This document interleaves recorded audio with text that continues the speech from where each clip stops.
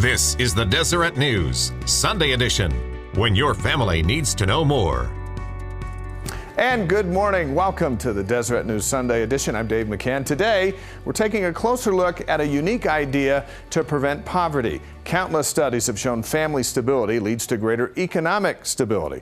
So the idea is to channel federal funds already earmarked for assisting needy families toward a cohesive spectrum of educational services that strengthen family relationships.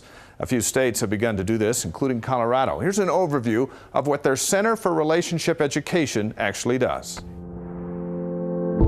Nothing's more rewarding than vibrant, healthy relationships. But by the same token, few things are more frustrating or discouraging than immature and broken relationships.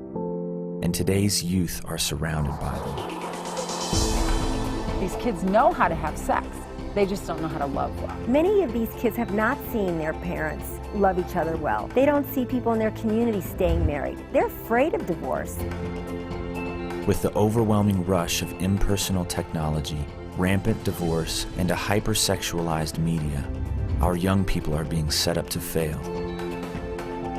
We must captivate, motivate, inspire, give hope, give skills, and teaching towards something rather than away from something. Young people today lack the skills and strategies necessary to develop authentic, lasting, satisfying relationships. To succeed, they need training, weight training. Weight training is so much more than abstinence education.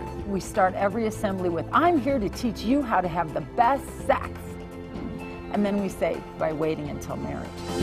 Saying you want to wait is not enough. You need to give them skills. When a teenager experiences weight training, they go away changed because they have tangible things that they can hold on to. So it's a plan.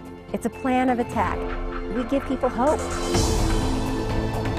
Fueled by a passion to provide young people and emerging adults with the tools needed to grow into a thriving, happy adulthood, weight training is changing lives and reducing the drama through innovative curriculum, dynamic school assemblies, inspiring community seminars, and insightful teacher trainings. Weight training comes into your community and they light the fire of really how to help the youth have the healthiest life in relationships going forward. And we know that if we raise the bar, this generation is willing to go after that goal. The time is right. The future is shaped by the present. And the present is being shaped by weight training. Dr. Alan Hawkins is a professor of family life at Brigham Young University in Provo, Utah. For more than a decade, he studied what makes marriage strengthening programs like the one in Colorado successful. He's compiled these findings in a new book called The Forever Initiative. And Dr. Hawkins, let's start with the title. Why the Forever Initiative? Well, even though we know that there's been a weakening of the institution of marriage, we know that virtually everyone still wants and hopes for, a strong, lasting, stable, happy marriage. They want the forever. What we're struggling to is more and more people are struggling to get to that. And so I use that term, the forever, to kind of capture the hope that people have, and then try to provide some more strategies that we could use to help people get there. As we saw in that video clip, a lot of young adults, as you're mentioning here, don't even know what a healthy relationship looks like. So where do you start to repair that? Well, if our magic wands were working, we'd all obviously want to get that started in the home. But one of the things we know is that so many children these days are growing up in homes in which they don't see a strong model that way. Sometimes they don't even know what a marriage is and what a happy marriage or a stable marriage is.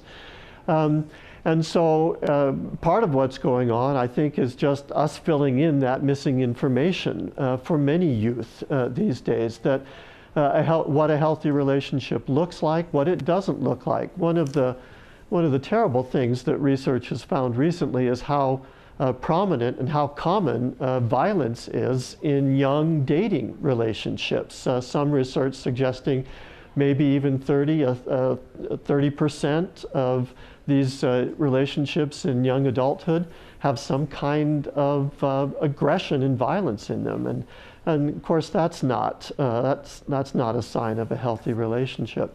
So we need to help them find this kind of information and get a clearer notion of what a healthy relationship looks like, and that it's something that they could achieve. Now, what you call for in your book is more state-directed public support for these programs. Are you finding that states are resisting that idea?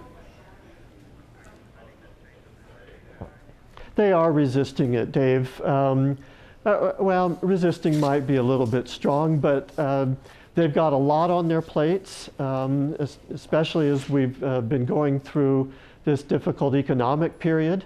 And it's difficult for them to turn their attention to something that, it might look a little bit softer. Oh, teaching people how to have healthy relationship. That looks kind of, fuzzy and soft. But what we know is that that has real economic consequences. Research has suggested that the costs of these failed relationships are more than $100 billion a year. I mean, that's what we were paying for the Iraq War a few years ago. And that's probably a pretty conservative estimate of those costs. So we think that there are things that government can be doing to essentially to educate people on what it takes to have successful lives. We certainly do that. We're concerned about things like premarital pregnancy and invest government funds in those. We're concerned about the quality of their parenting. We invest government funds in those. There are a number of those kinds of things that we do. This is a little bit new, thinking about actually trying to help couples form and sustain healthy relationships. As far as evidence, what are you seeing that these programs can actually make a difference? Yeah, and one of the things that I really appreciate is that as government efforts have been going on to support these kinds of educational programs, there's also been some efforts, private efforts as well as government-funded efforts, to see if they're working. And there's quite a bit of evidence emerging right now. I would call the evidence mixed. Some evidence suggesting these programs are helping a good deal. Both youth and young adults and even married couples to form and sustain that healthy relationship. Other studies are showing that they're struggling. That wouldn't be too surprising. This is a new initiative, and it may take a little bit of time for us to learn how best to present this kind of information and these kinds of skills so that couples really can strengthen their relationships. The Forever Initiative. Professor Hawkins at BYU, thank you for your time this morning. You can read more about this issue and Dr. Hawkins' 6 proposals on DeseretNews.com, and we hope they help. Coming up, we'll look at how technology and social media are helping people find faith. Plus, would you be willing to swap houses with strangers? See why the idea isn't as strange as it sounds and could land your family a dream vacation when the Deseret News Sunday edition continues here on KSL.